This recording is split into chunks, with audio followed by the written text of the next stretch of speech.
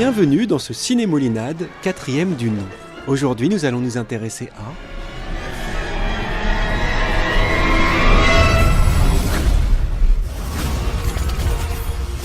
Here we go.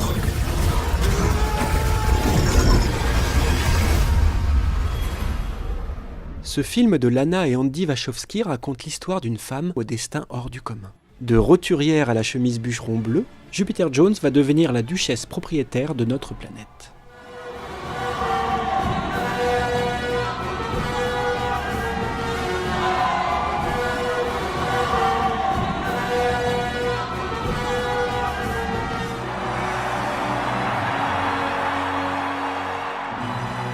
Votre Altesse.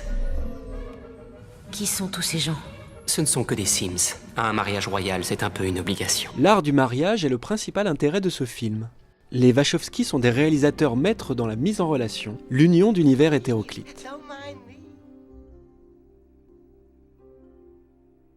En son temps, Walt Disney empruntait des œuvres du passé qu'il remodelait et mettait au goût du jour.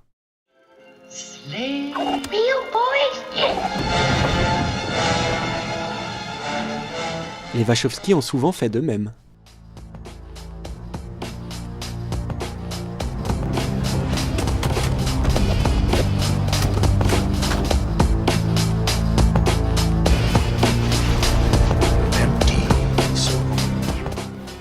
Dans Jupiter Ascending, il y a un air de famille avec Star Wars.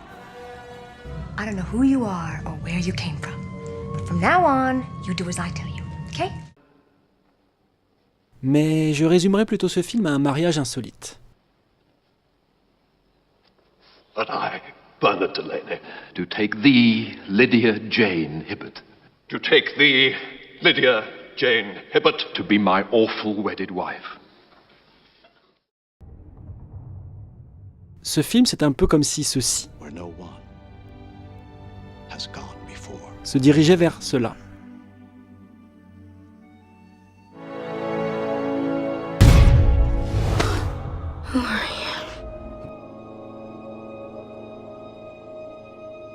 Les Wachowski ne se contentent pas d'emprunter.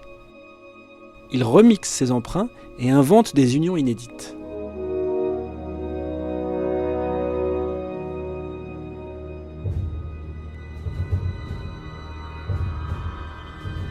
Dans Matrix, le kung-fu était transposé dans un univers cyberpunk.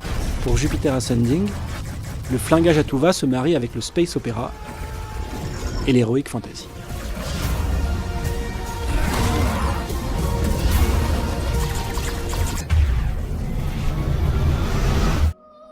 Si les Wachowski aiment rendre les mariages d'univers visibles à l'œil nu, toute nouvelle œuvre cinématographique n'est-elle pas une recomposition plus ou moins cachée de certaines qui l'ont précédée ?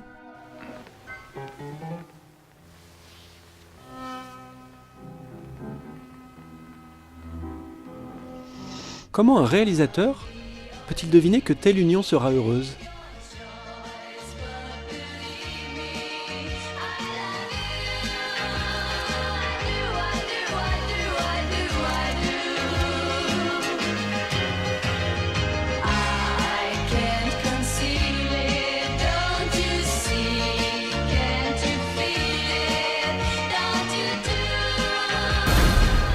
Your Majesty, I have more in common with a dog than I have with you. I love dogs. I've always loved dogs. Si ce n'est pas la dissonance des différentes identités qui la composent, qu'est-ce qui fait que telle saga à grand spectacle restera dans notre mémoire et non telle autre ? Il me semble que c'est la capacité du film à faire s'imbriquer les pièces du puzzle, à composer un tableau d'ensemble cohérent qui entre en résonance avec notre vie et touche à notre imaginaire intime. Enfant, les Wachowski étaient fascinés par les univers d'Alfred Hitchcock et de Brian De Palma. Dans Jupiter Ascending, je n'ai vu aucune trace des obsessions d'Hitchcock.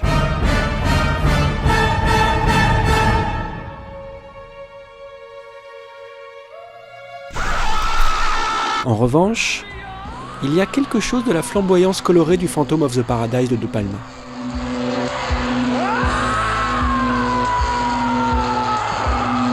Jupiter Ascending est un film de grand enfant plein d'idées, qui adore tout ce qui brille et veut jouer avec tous ses jouets en même temps.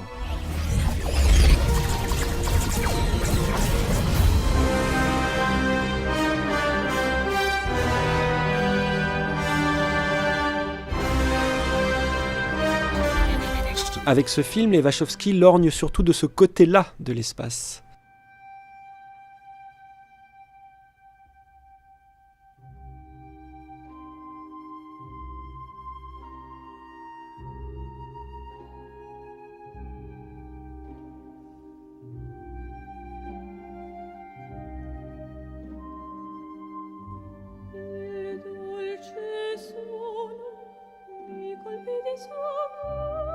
Maintenant, si vous n'avez pas encore vu le film, il est grand temps de couper le son car je vais spoiler.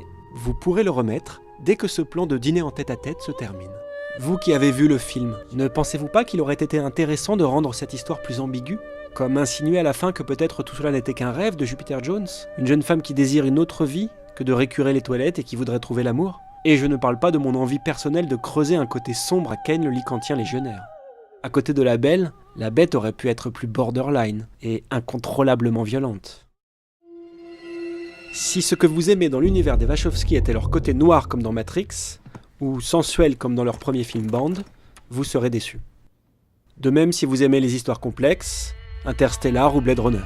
En revanche, si vous appréciez la bonne guimauve et les space opéra contes de fées, ce bonbon cinématographique vous sera doux au gosier.